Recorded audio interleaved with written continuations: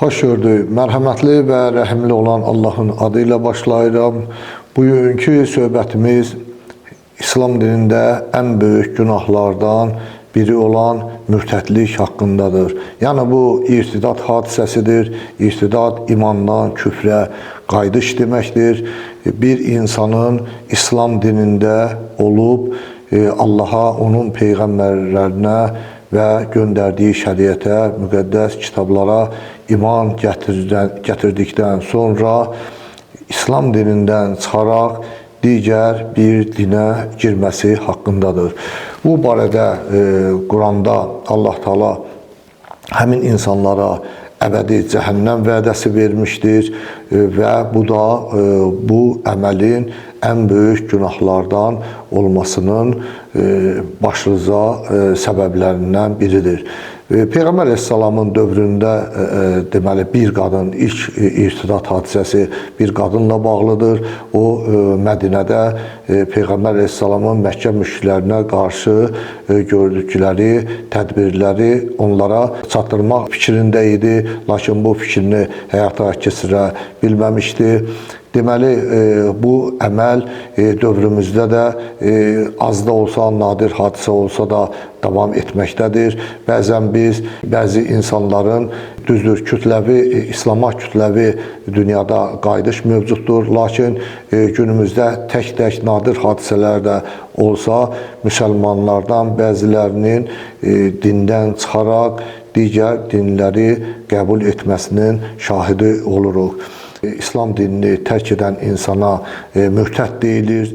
Deməli, yadıma gəlir ki, 90-cı illərdə bir veriliş var idi və o verilişdə İslam dinindən çıxmış insanları oturduğu auditoriyada, digər tərəfdə isə müsəlmanlar oturmuşdular və aparıcı həmin İslam dinindən çıxanlardan soruşurdu ki, sizin digər dinə keçməyinizə nə səbəb olmuşdu? Onlar da cavab verirdilər ki, biz axtardığımız həqiqəti, haqqı biz digər dində tapdıq. Onda aparıcı onlara çox gözəl bir sual vermişdi və onlardan kəlmə-i şəhadətlərini soruşmuşdu və istəyənlər sosial şəbəkələrdən həmin verilişi axtarıb tapa bilərlər və onlar görəcəklər ki, onların çoxunun həqiqətən də kəlmə-i şəhadəti bilmədiyi üzə çıxmışdı. Deməli, ümumiyyətlə onlar İslam dinində olmamışlar. Onlar müsəlman ailəsində doğulsalar da ümumiyyətlə Allaha iman gətirməmişlər. Ola bilsin ki, bu fikri heç onlar üçün maraqlı olmamış, beyinlərindən belə, ağlarından belə keçirməmişdilər və onlar digər dini qəbul edəndə İslam dinindən çıxmış sayılmamışdılar. Yəni, İslam dininə düzdür, ümumiyyətlə dinə insanları körpəlikdən valideynləri yönəldirlər. Lakin insanlar böyüdükdən sonra müsəlmanlar kəlmə-i şəhadət gətirərək bunu sözlə ifadə edirlər. Allaha olan imanını və əməllə, onun birinci əməli olan namazla Peyğəmbərin dövründə bu şəkildə idi. Yəni, İslam dininə girən ilk növbədə ondan tələb olunan əməli, hərəkət baxımından əməli ibadət, namaz olurdu. Dövrümüzdə də deməli, biz bunların şahidi oluruq. Bəzi insanlar, bəli, nadir hadisədə olsa dinlərini dəyişə bilirlər, başqa dinlərə keçirlər. Biz burada gərək İslam dini barədə və başqa dinlər barədə müəyyən qədər məlumat verək. Deməli, bəziləri həqiqətən elə güman edir ki, Allah Taala İslam dini və yaxud monoteist dinlər hesab olunan Yahudilik, Xristianlıq adında din göndərmişdir. Bu qətiyyən belə deyil. Allah Taala ümumiyyətlə yer üzərinə, yəni bizim bildiyimiz Adəm Əleyhisselamın, yəni bu insan türünə göndərilmiş bir din var. O dinin də adı İslamdır. İslam sözü termin olaraq Allaha təslim olmaq deməkdir. Yəni tam təslimçilik deməkdir.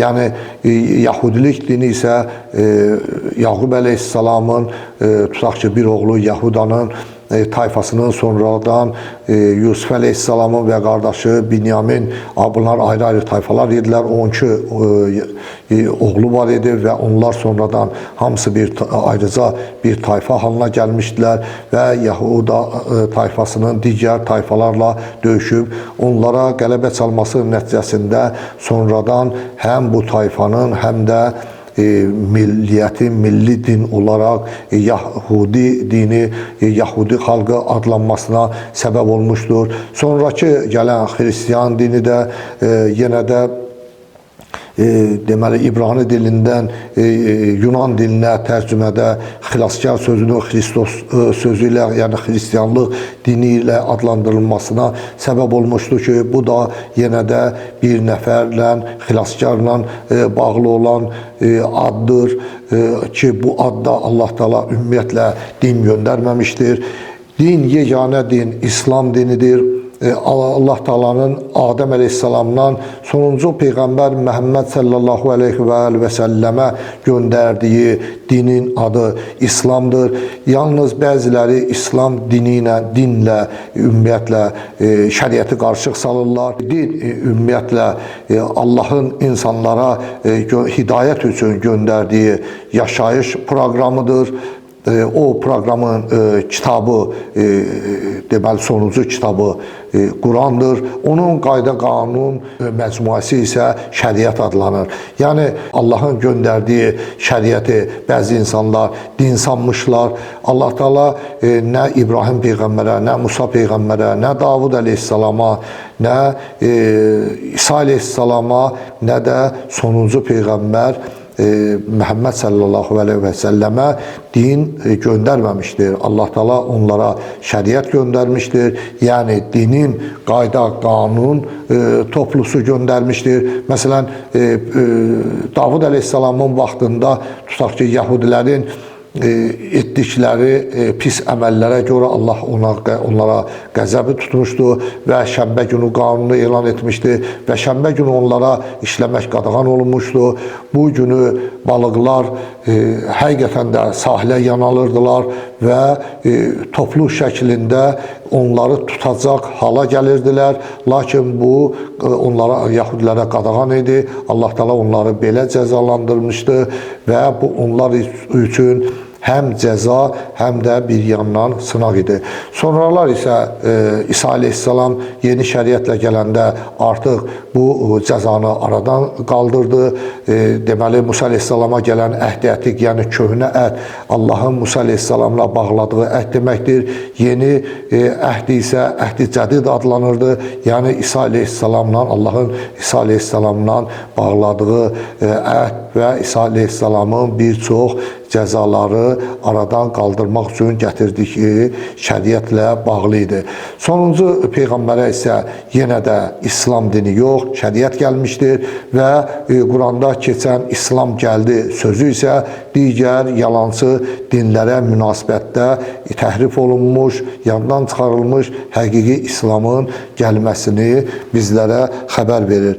Deməli, Allah Teala da Quranda bildirir ki, Allah yanında tək din əlbəttə ki, İslamdır. Deməli, deyir, kim İslamdan başqa bir din ardınca gedərsə, o ondan heç vaxt qəbul olunmayacaq və o şəxs axirətdə zərər çəkənlərdən olacaq. Deməli, irtidad edən insanın cəzası İslam şəriətində həm əhl-i sünnə, həm də şiə məzhəbinə görə cəzası ölümdür. O dövrdə də belə idi. İndiki halda isə bu müasir dövrümüzdə əlbəttə ki, bu keçərli deyil. Yalnız şəri cəhətdən fiqhi cəza olaraq o vaxtda ölüm göstərilmişdi. Quranda da Allah Teala onların əbədiyyən cəhənnəmdə qalmasını bildirir. Ali İmran surəsinin 88-ci ayəsində Allah bildirir ki, onların cəzası həqiqətən Allahın, mələklərin və bütün insanların lənətinə gəlmək olacaqdır. Onlar bu lənət içərisində əbədi olaraq qalacaqdır. Onların əzabları əskilmədiyi kimi onlara mərhəmət nəzəri ilə də baxılmayacaqdır. Yəni onların günahı azalmayacaq və onlar Allahın ən şiddətli cəzasına əbədiyyən olaraq məruz qalacaqlar. Bu hadisə, yəni irtidat hadisəsi, İslam dinini tərk etmək, o deməkdir ki, hörmətli izləyicilər, o bütün Allahın göndərdiyi, indiyə qədər göndərdiyi şəriətləri təsdiq edən sonuncu şəriəti və İslam dinini inkar edərək geriyə dönüş, yəni küfrə dönüş, iman gətirdikdən sonra geriyə dönüş, küfrə dönüş, şeytana tərəf, iblisə tərəf qayıtmaq və azdırıcı yola yönəlməkdir ki, bu da İslam dinindən, Allahdan, Peyğəmbərdən imtina etmək deməkdir və ən böyük günahlardan biridir.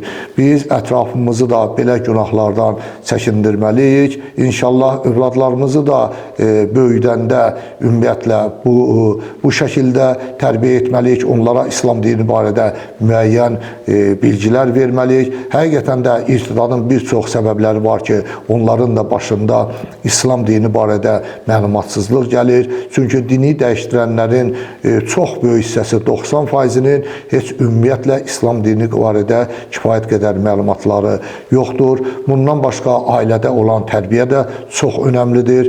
Yəni, əfsuslar olsun ki, dindarların bir çoxu ailəsində uşaqlarına Allahı, onun şəriətini tanıtdırmır.